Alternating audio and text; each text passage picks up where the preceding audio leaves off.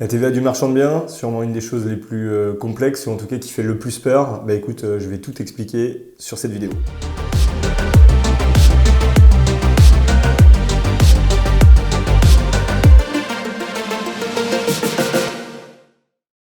Alors la TVA du marchand. La TVA du marchand, c'est en gros, tu fais un achat-revente et tu choisis par option de prendre le régime de TVA sur marge ou pas. C'est-à-dire que tu es à l'exode TVA et ensuite tu prends l'option ou pas d'être à la TVA sur marge.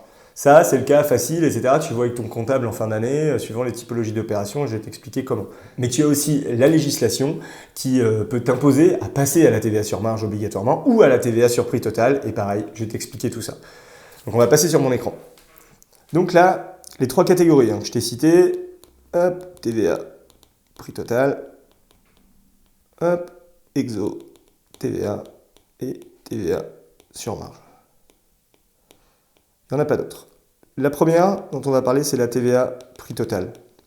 Qu'est-ce que c'est?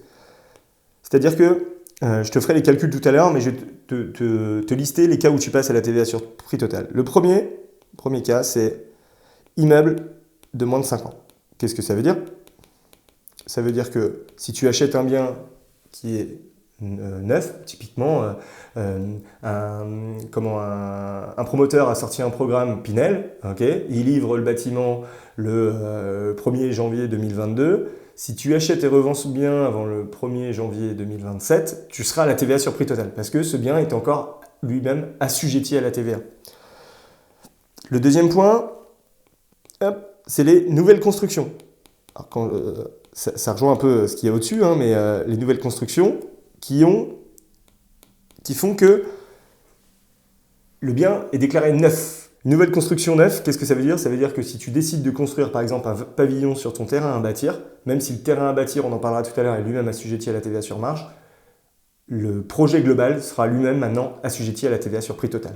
Okay? Le troisième point, c'est les surélévations. En fait, les surélévations sont elles-mêmes considérées comme une nouvelle construction.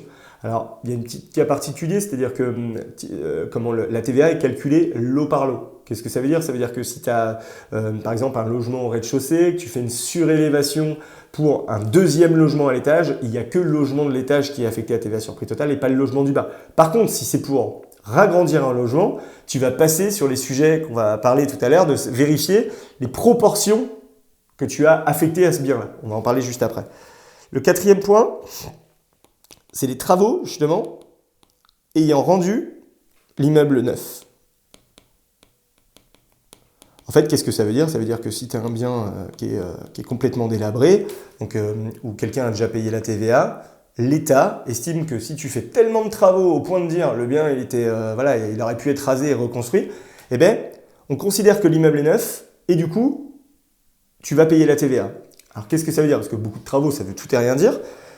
La première chose, c'est si tu touches à la majorité, c'est-à-dire si tu renforces la majorité des fondations. Qu'est-ce que ça veut dire? La majorité, ça veut dire qu'il ne faut pas que tu renforces plus de 50% des fondations. On a eu le cas là très récemment dans le cercle où écoute, on a une super corps de ferme, etc. Tout passe, on voit nos jeux de TVA, etc.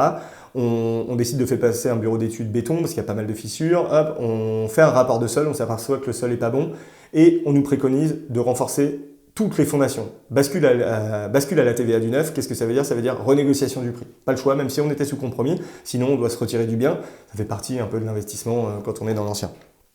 Ensuite, toucher encore une fois à la majorité hors fondation des éléments de structure.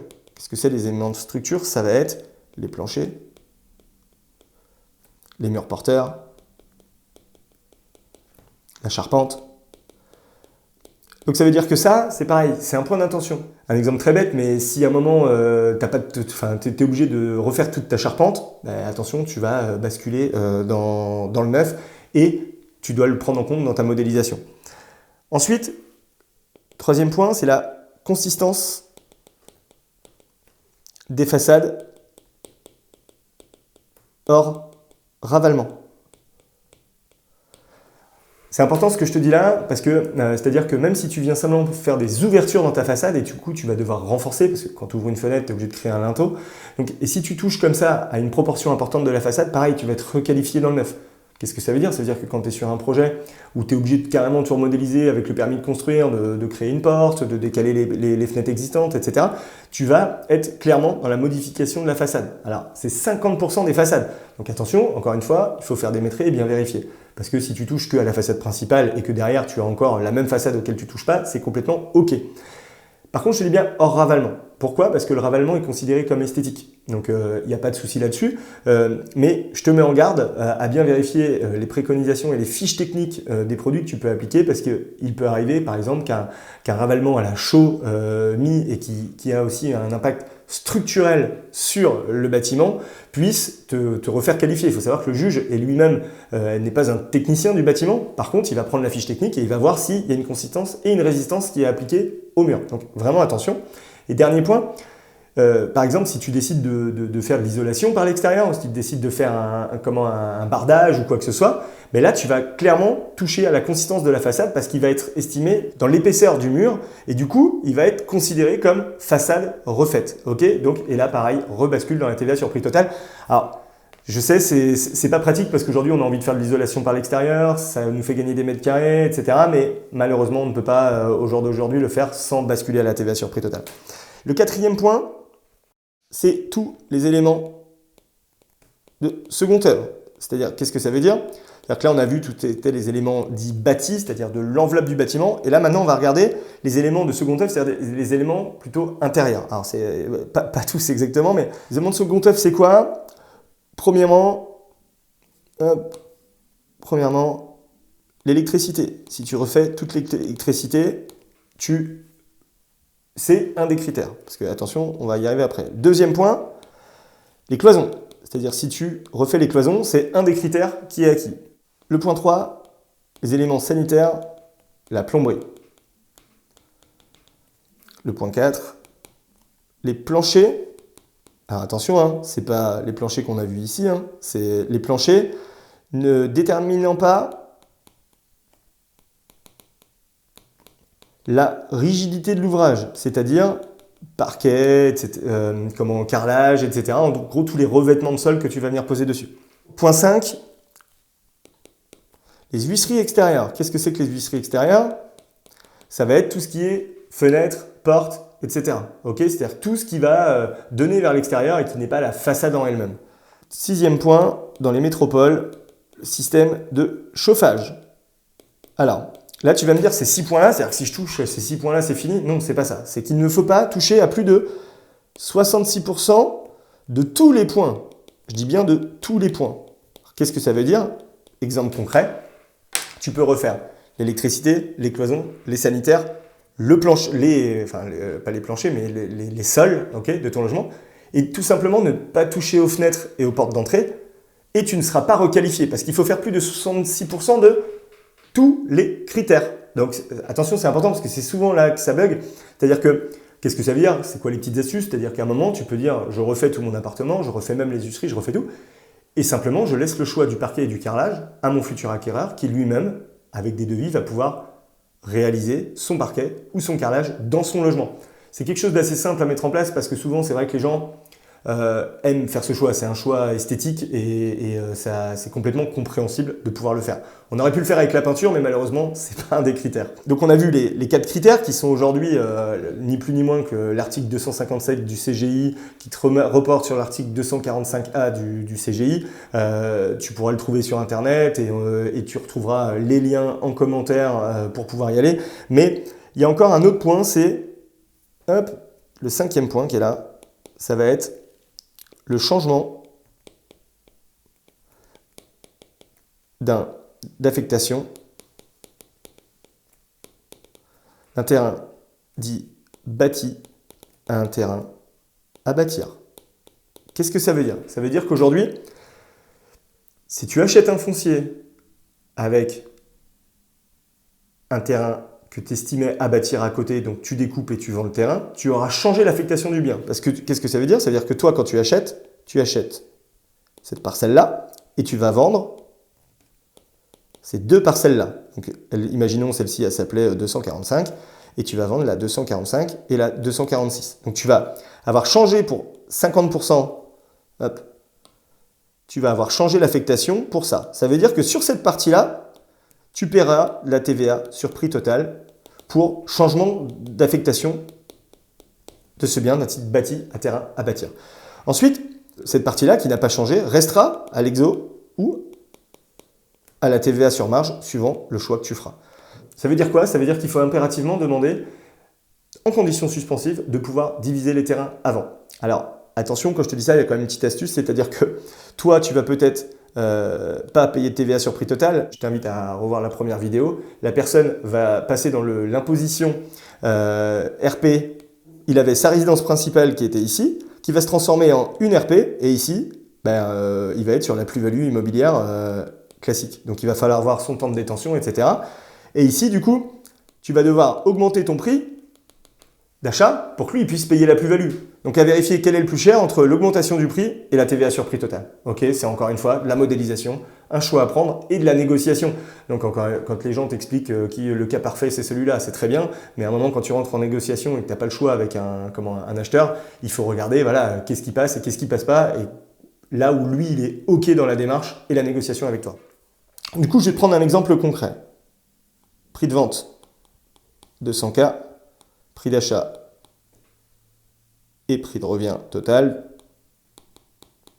100K, du coup une marge brute de 100K. Ça, exo de TVA, pas plus compliqué que ça, tu as ton prix de vente, moins tes coûts, tout inclus, et il te reste ta marge brute. Maintenant, TVA sur prix total. Tu vends 200K, achat et prix de revient 100K. Et ensuite, il va falloir enlever la TVA. La TVA, c'est quoi? Sur la marge, c'est 40K, okay, qui vont être à enlever. Donc là, on est à 200, moins 100, moins 40. Par contre, tu vas rajouter la TVA que tu as déjà payée. Imaginons sur ton achat et prix de revient, on va prendre un cas concret, TVA payée, plus, je ne sais pas, j'ai pas le cas concret, mais on va dire plus 5 000 € de TVA déjà payée. Ça veut dire quoi? Ça veut dire que tu vas te retrouver à 200, moins 100, soit 100 000, moins les 40 000, 60 000, plus les 5 000 que tu vas récupérer parce que tu les avais déjà payés. Et donc, tu arriveras à 55K. Alors, tu vois bien l'écart, hein? On a 45 000 € d'écart. C'est juste énorme. Donc, c'est pour ça que quand on te dit les critères de requalification, c'est important. C'est-à-dire que c'est pas de dire qu'on ne peut pas faire d'opération à la TVA sur prix total. C'est pas ça. C'est qu'on dit qu'il faut réellement faire son choix et son offre par rapport au régime de TVA qui t'est imposé. Okay, ou d'arriver, encore une fois, hein, ici, à ne pas faire un des 4 et le 5e critère, là, le changement d'affectation, mais de vraiment travailler sur ces critères pour éviter la bascule. Ensuite, on va arriver sur la TVA sur marge. TVA sur marge, qu'est-ce que ça veut dire? Ça veut dire que tu as, encore une fois, la vente à 200K, le prix de revient à 100K, du coup, une marge brute de 100K, sur lequel tu vas payer de la TVA, donc 20% de TVA. Donc cette fois, c'est sur 100K que tu vas payer de la TVA à 20%, donc tu vas payer 24 TVA, enfin tu vas devoir 24 TVA, et tu vas aussi récolter ta TVA payée de 5K. Qu'est-ce que ça veut dire? Ça veut dire que tu vas être à 100, moins 20, plus 5, tu vas arriver à 85K de marge. Alors tu comprends bien que là, alors, le calcul des moments est plus complexe que celui-là, je te l'ai simplifié, ça te permet d'avoir une idée, de pouvoir faire la modélisation. Mais tu comprends bien que, en gros, l'exo de TVA est clairement à 95% des fois la plus efficace. La TVA sur prix total, c'est quand on a l'obligation, on n'a pas le choix et on rend l'immeuble neuf, donc c'est comme ça. Et c'est parfois on n'a pas le choix si on veut sortir l'opération, il faut le faire. Et ensuite, la TVA sur marge, ça peut être un équilibre. Pourquoi? Parce que là, je t'ai dit, tu payes 20 000 € de TVA, mais imaginons sur ton prix de revient, là, si tu avais acheté un bien, alors là, ça marche pas, mais quand tu achètes des biens où tu fais énormément de travaux, en fait, où tu fais plus de travaux que la TVA que tu dois payer sur ta marge, imaginons, donc ça veut dire que si tu fais une marge de 100 000 €, donc tu vas payer 20 000 € de TVA, mais qu'à contrario, tu avais fait 500 000 € de travaux sur lesquels tu avais payé 20% ou même 10% suivant ce que tu avais fait, 50 000 €, c'est-à-dire que là, tu es créditeur de TVA, c'est-à-dire que l'État te doit de la TVA. Ça veut dire quoi? Ça veut dire que le régime de TVA sur marge devient plus intéressant que le régime d'exo de TVA. Alors, ne t'en fais pas, ce choix, tu ne le fais pas au moment de l'achat, tu le feras avec ton comptable en fin d'année. Donc, Moi, ce que j'invite à faire, c'est à modéliser les opérations sur les deux régimes de TVA, enfin même sur les trois quand tu n'as pas le choix, mais sur exo et TVA sur marge, de faire ton choix et ta décision par rapport à ça, et ensuite, une fois que l'opération est débouclée, tu prendras le choix ou pas de la TVA sur marge, parce que dans la vie d'une opération, tu n'es pas à l'abri d'avoir plus de travaux que prévu ou moins de travaux que prévu, qui t'amènent à faire que le choix de base n'était plus le même à la fin de l'opération.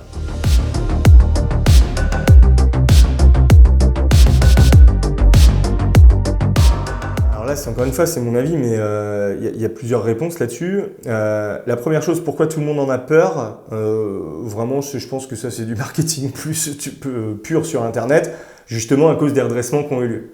Pourquoi ces redressements ont eu lieu? C'est qu'en fait, il y a eu une évolution des régimes petit à petit.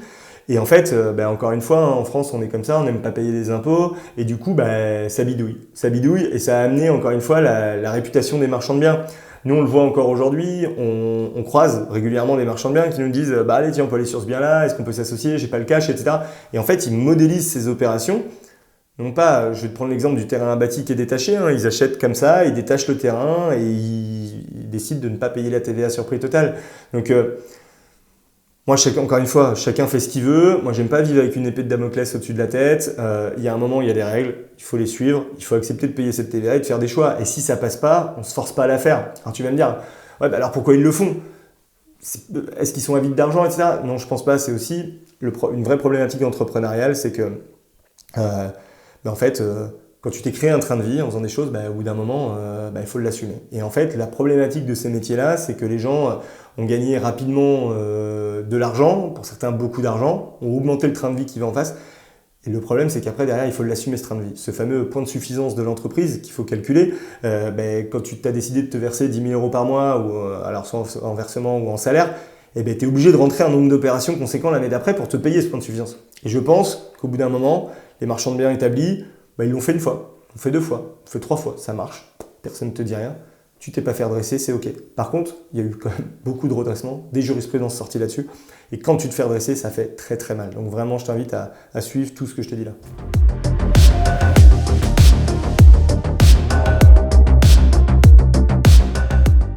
Là, on est clairement dans le fait que tu as un savoir-faire, là, tu vois, en gros, tu as toutes les bases. Je t'invite à en discuter avec ton comptable et voir s'il comprend ce que tu es en train de lui dire ou pas.